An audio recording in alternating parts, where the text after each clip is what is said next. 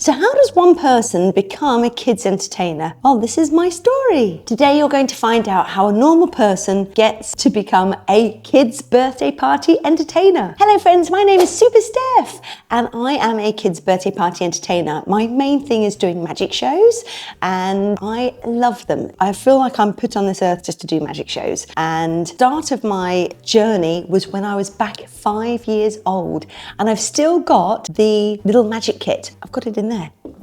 Oh, look. This is my magic kit. It's from Fisher-Price. It's got my little name on there. Also, I used to put this up. I've got a photo of this as well, which I'll send to you. And also on the back, can't reveal the secrets, but on the back, it's a really good magic kit. Anyway, my mum bought this to me when I was 5 years old. And I started doing magic shows mainly because my grandma and my granddad, they were having their Ruby wedding anniversary and they wanted some of the children to do something. And mine was my magic show. And I had my sister dress up in fake plastic pearls and a stole and this scary little dead fox with weird claws on it, sort of hanging around, dead round her neck. Classy. And we performed in front of all of their friends at this hotel. I fell in love with it because, of course, it was the first time that somebody had ever sort of given me a clap, a cheer, and I felt like $1 million. Then we grew up in a council house. A council house in England is somewhere where if you haven't got that much money, you get chucked in these council houses.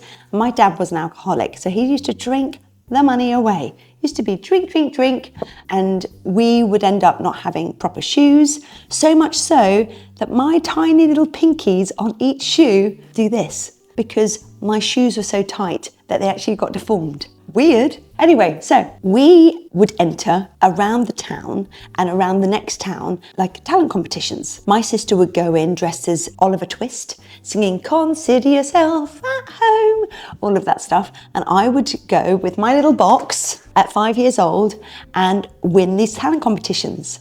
Did we win because we were talented? No, we won because we were cute. But that's fair enough. I don't care. Just give it to me anyway. I have no shame. We used to win a weekend away, or might have been a week away, on one of those sort of standalone caravans that you used to go to. And we'd go to Rockley Sands in Poole, which is literally 40 minutes up the road. But because we didn't have that much money, that was our holiday for the whole year. It was great. When we did that, we'd go to the semi-finals. There used to be semi-finals, and then there used to be a finals.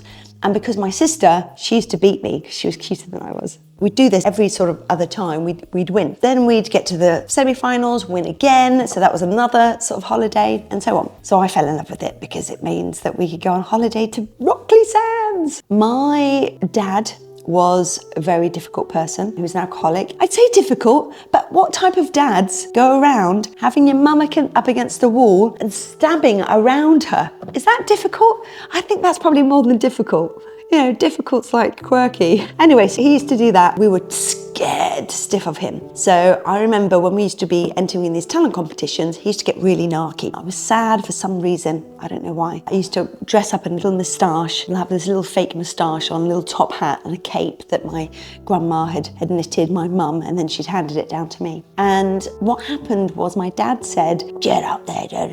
That was nothing. I mean, I used to see my dad hit my mum so much.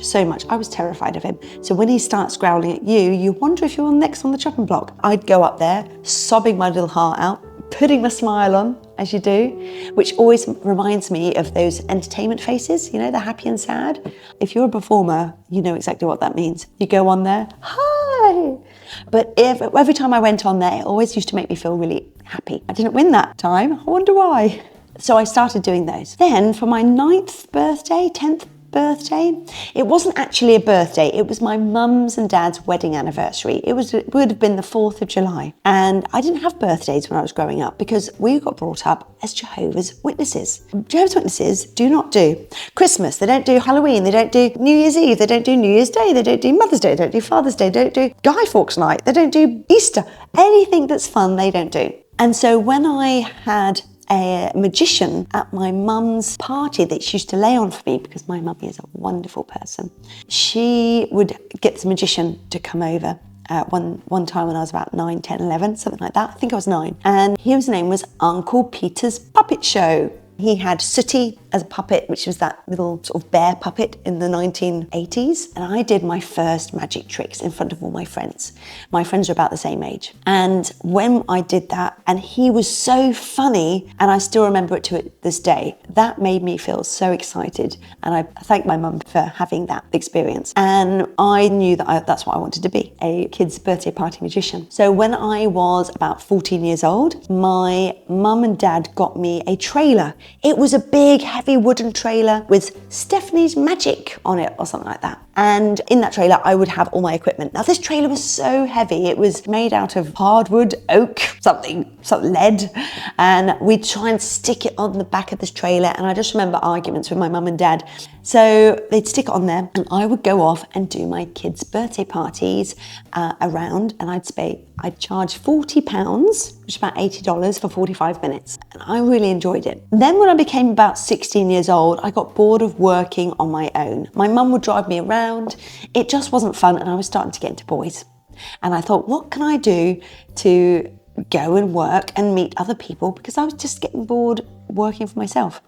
So I went and worked for £2.50, which is not as good as £40 for 40 minutes. And I worked in a bar in the Pavilion, which is a lovely building in Weymouth. And I started working as a glass collector there. So I went to university, I did my degree in performing arts and I had a great time. But then after that, I just sort of forgot about magic. And I went traveling to Australia. Went to Australia for a year and then backwards for about another half a year and fell in love with Australia. I had a book. This was before the internet really taken off. And it said all of the things that you could be with the points that you needed to get into Australia. So I looked at glassblower, I looked at school teacher, and I looked at masseuse. And I went to my mum who was asleep because I had had this dream that Mrs. Spearing, who was my tutor, my teacher back in secondary school, said to me that she got into Australia as a masseuse and had to do 20 hours. I woke up and I thought, I'm going to be a masseuse. And I went into my mum's room, she was asleep, and said, Mum, I'm going to be a masseuse. And she rolled over and said, no, darling, you'll end up as a prostitute. And I said, what about a school teacher? She said, yes, do that. So she rolled back to bed again. And for that time, I ended up joining the next university year and becoming a school teacher. What was amazing was at Petersfield Infant School, also called PIS, was the people there. They were so lovely. Every single person in that school was just a joy to be with. I just loved working with them. I've been in some schools as I was training and they were just bitchy, but the school there were really supportive of each other and they were funny and down to earth. I really miss them all. So I taught year 1 for 2 years and I taught year reception, which is foundation in Australia, for 2 years. And then I thought, I'm on my way. As soon as I was eligible, I filled out that form to get my permanent residency. And then the big problem happened. I went to Prague with my boyfriend at the time, who was from Catalonia, and I met in this 6-bedroom tent a lady who was from Australia and she was a school teacher. And I said, oh, I'm going to be a school teacher over there. And she said, have you got a full-time job? No, I'm just going to turn up and get a job. She said, no, you've got to go to the regional areas to get your points to get back into the main areas like Brisbane and Sydney to get a full-time job. Otherwise, you're going to be on supply. I thought, I don't want to be on supply. I need money coming in. And also, I don't want to be in Bundaberg and fall in love with someone in Bundaberg because I was leaving my boyfriend and end up stuck in Bundaberg. Sorry, Bundabergians. So I thought, what do I do? I'm going to have to think of something that I want to do. I know how to do magic shows from when I was 18. So I guess I'll do that. So my mum luckily had kept all of my stuff and she got it out from the attic, dragging it down. And I did my first show for almost 10 years with the whole school. It was rubbish. I've got a photo of it. I looked an absolute mess. I had my face painted like a mime artist. I have no idea why. And it was all very... There was no words. It was just me dancing to this weepy music. But that set me off. So I came over with just 2 suitcases, none of my magic kit, and went to look for a job, just any old job. And I ended up here in Australia in Westpac, which is a bank over here. So I worked with them and they loved me, thank goodness, because I didn't know what I was doing sometimes. And when my stuff came from England on a big ship, in a big container, it had my magic kit in it. So I'd already set up my website here, started putting up adverts, ready for my stuff to come in. And then it basically just snowballed from there. And I started getting busy, but I didn't just drop Westpac because that would just be insane. I have bills to pay. What I did is I just slowly moved like this.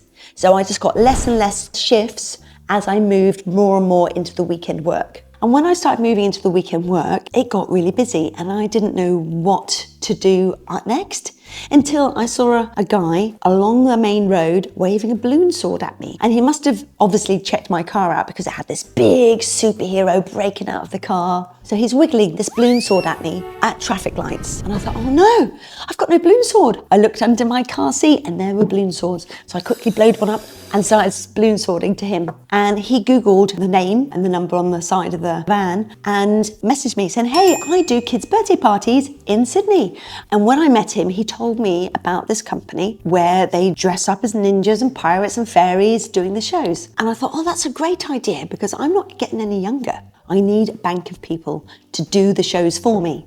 And luckily, Chris, who was the guy who I'd met, he started doing the shows. So I'd get the booking, give it to Chris, and then he'd do the shows, which was a blessing, thank goodness. And that's how I became a kids entertainer. But if you'd like to be a kids entertainer, either full-time or part-time, then just click the link below, which is a 12-step blueprint on how to be a successful kids entertainer. Also, I've got other videos as well on being a kids entertainer and how to run a small business because it's really about small businesses. So just click here. This is actually my kid's birthday party on another kids entertaining group. It's a phone party. So I'll show you how a phone party works.